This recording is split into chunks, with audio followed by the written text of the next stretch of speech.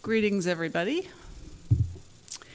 This last session before lunch, we're just going to give some quick updates on sports betting, some information that was gathered through a national study, and then we'll provide some specific updates on what's happening in Minnesota with regard to sports betting.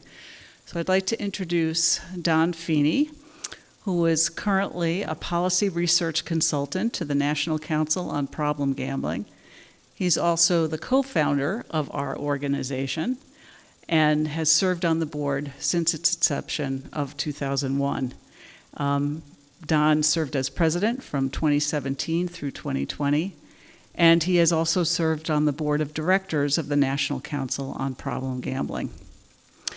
From 1991 to 2017, Don served as the research and planning director at the Minnesota Lottery, where he was responsible for the lottery's market research, policy analysis, corporate social responsibility programs, and strategic planning.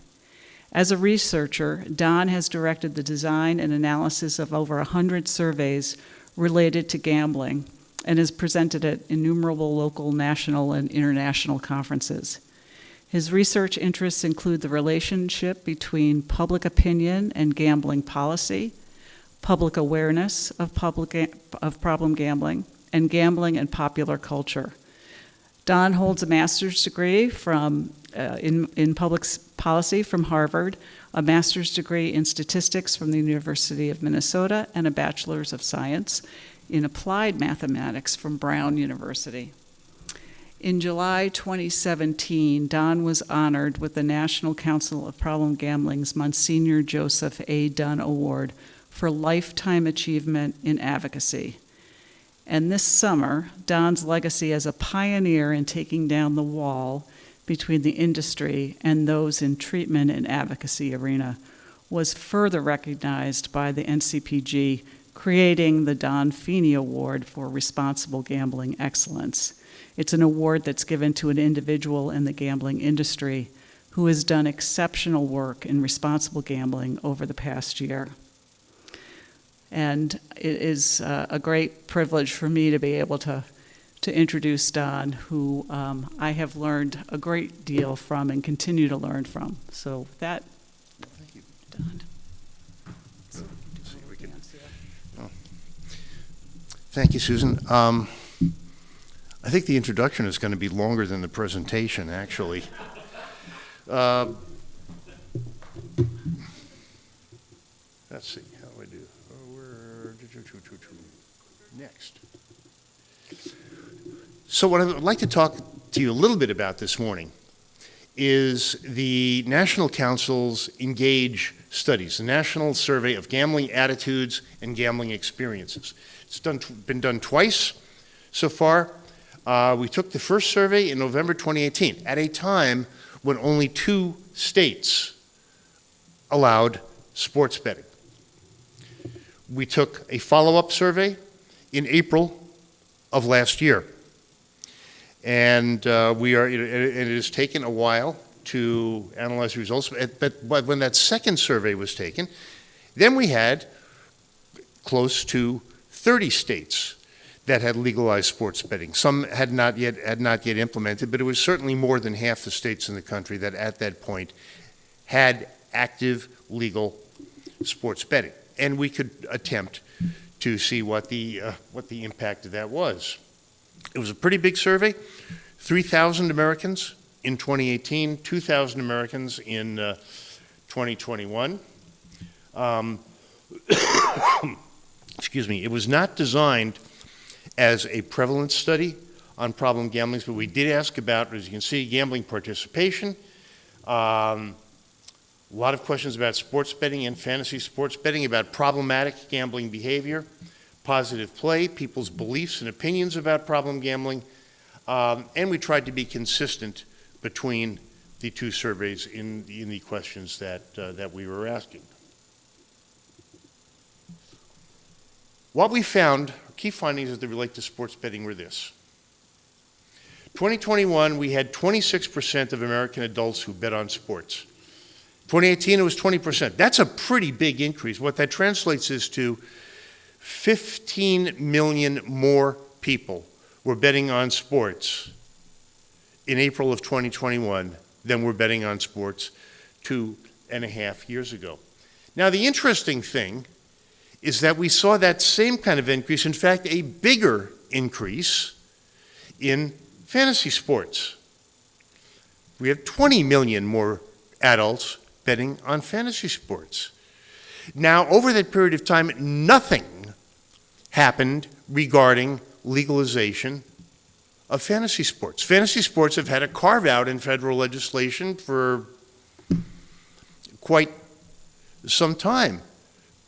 So there was something going on that produced that kind of growth in fantasy sports betting that was not prompted directly by legalization.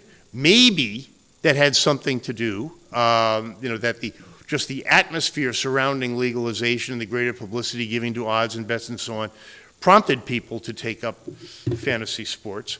But it's not, there was no, but it makes it pretty clear to me that there is something that's going on there.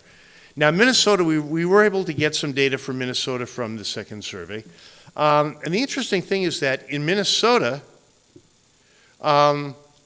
sports betting remained unchanged from 2018 to 21, and so did fantasy sports. Although, again, the legality of fantasy sports was not in question. So, all right, Minnesota didn't legalize sports betting, so of course it didn't go up.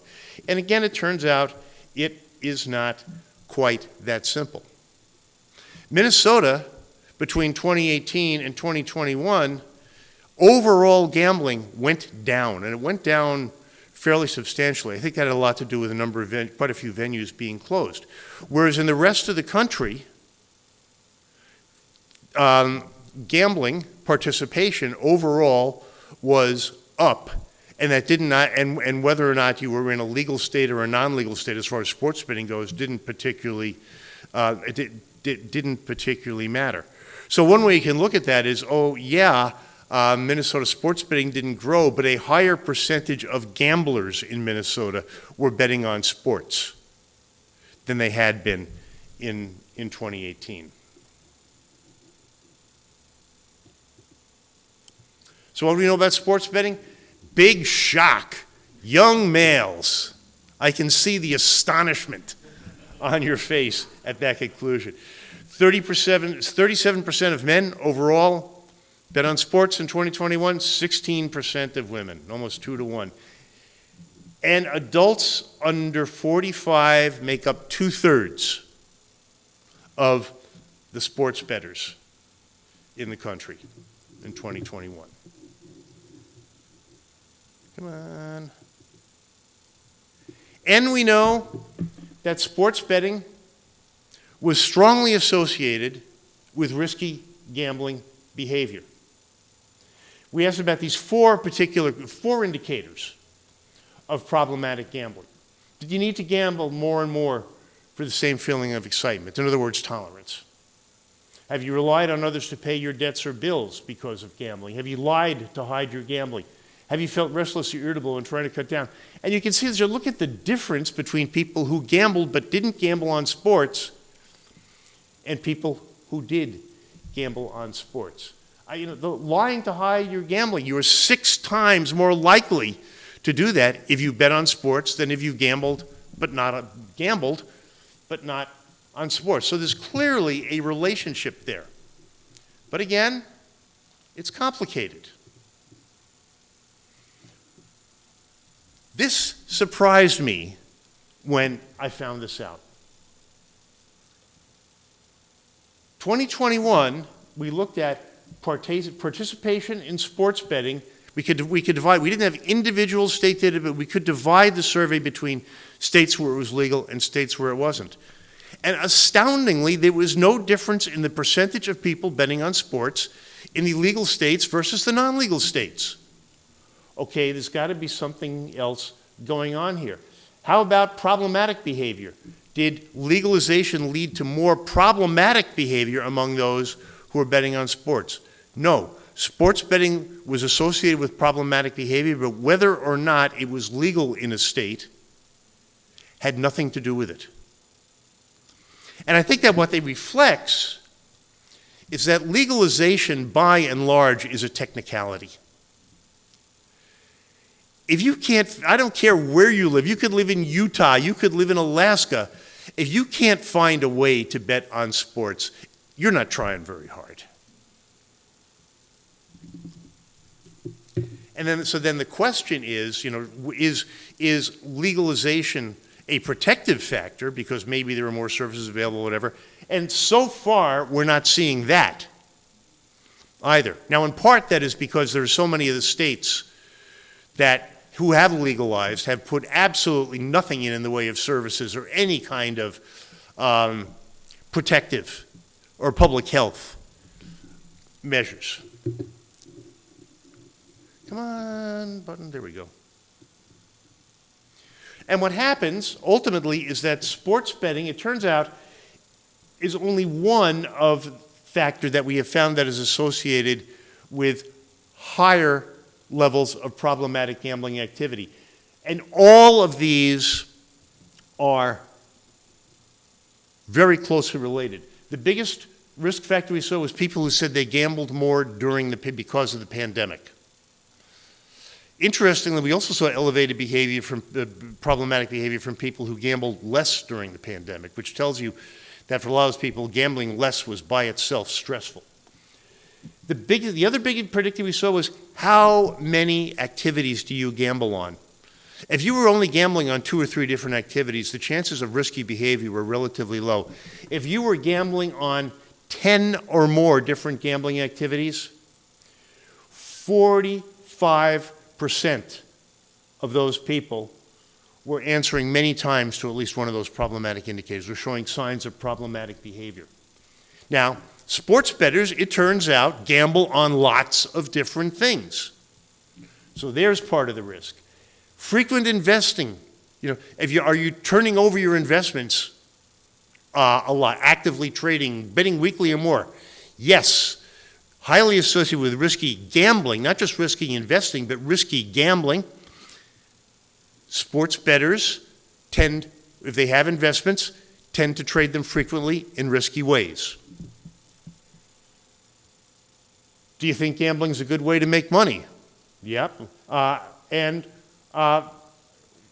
you male between the ages of 18 and 34? Yes, sports bettors are.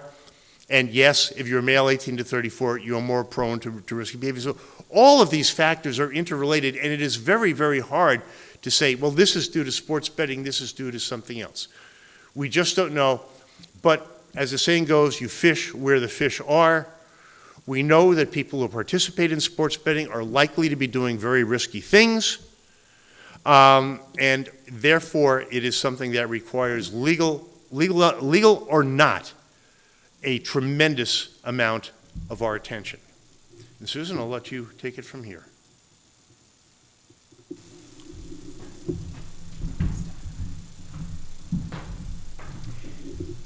So Don's information basically brought us up to 2021, and I wanted to just provide some additional updates as to where we were, or where we were as of September of 2022. So as of today, we have 35 states plus the District of Columbia that has legalized sports betting. And in Minnesota, we have not passed a sports betting bill.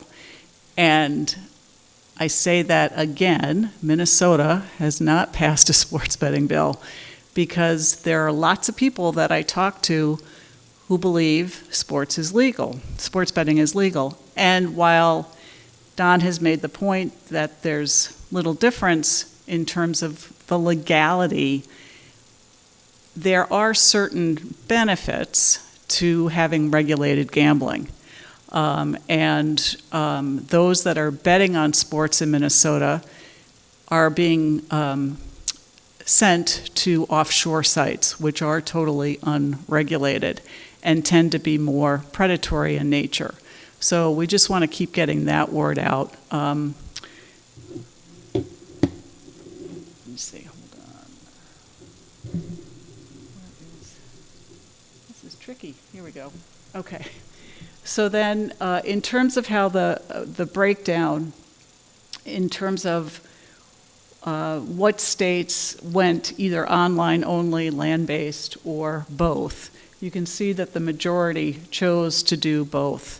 And the bills that have come forward in Minnesota also are looking to do both mobile and casino landed brick and mortar locations.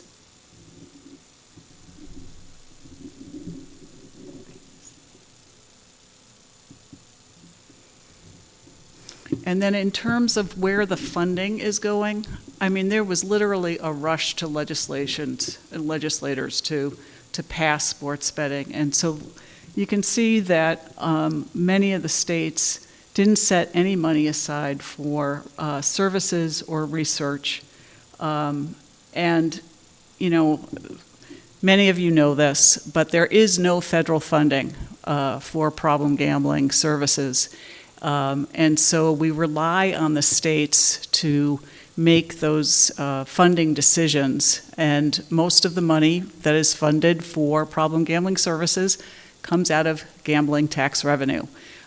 So it's important that if this is the way we're going to continue to fund problem gambling services, that the states are writing in their legislation ability to use that tax revenue for problem gambling services. And that's something we strongly advocate.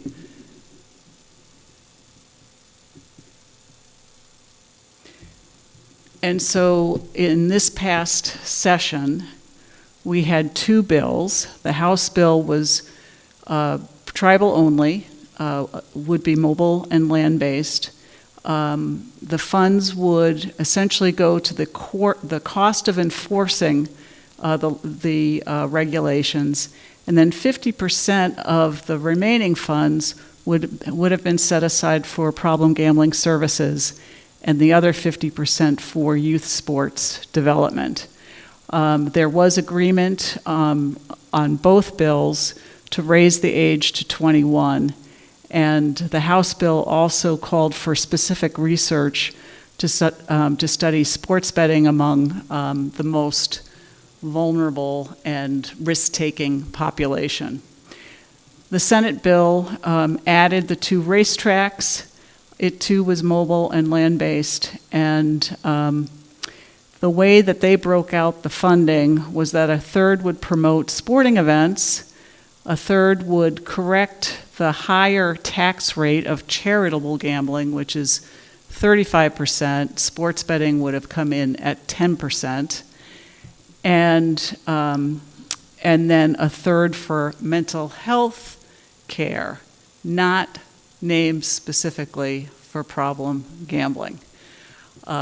So we remain neutral on the legalization of gambling, but I am talking to the legislature about the need to fund gambling services and to provide strong, responsible gambling protocols within the regulations so that we can really minimize the harm that some people experience when they're gambling.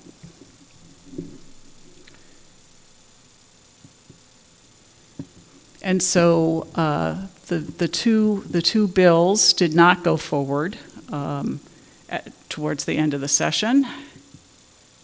They didn't get the votes. And so then the question is, where does sports betting, what's the future of sports betting in Minnesota come next session? And it was pretty unclear until last week's election. And it's pretty clear from Governor Walz's list of priorities that sports betting is going to be a priority. So that pretty much guarantees that we'll be seeing some action at the legislature this session. And so stay tuned. We really need people's support on advocating for the importance of problem gambling services, for treatment, to extend the amount of treatment that is available for families, because currently, right now, 12 hours of counseling is available to families. We'd like to see that bumped up. And there are a long list of responsible gambling protocols that we'd like to see built into the legislation as well. And having your support around those issues would be very helpful. So that concludes my part of the presentation, and I wonder if there are any questions that, okay. Why don't you? I noticed under the two bills that tribal would have it 21, yet they're all of their in-house gambling's 18, 19, and 20. That doesn't seem to fit for me. Well, it would have been the mobile piece. There was great concern that with the easy access to mobile betting, that the age needed to be raised to 21. And so there was agreement. The tribes were willing to support the rise in age to 21 for mobile betting, not changing brick and mortar.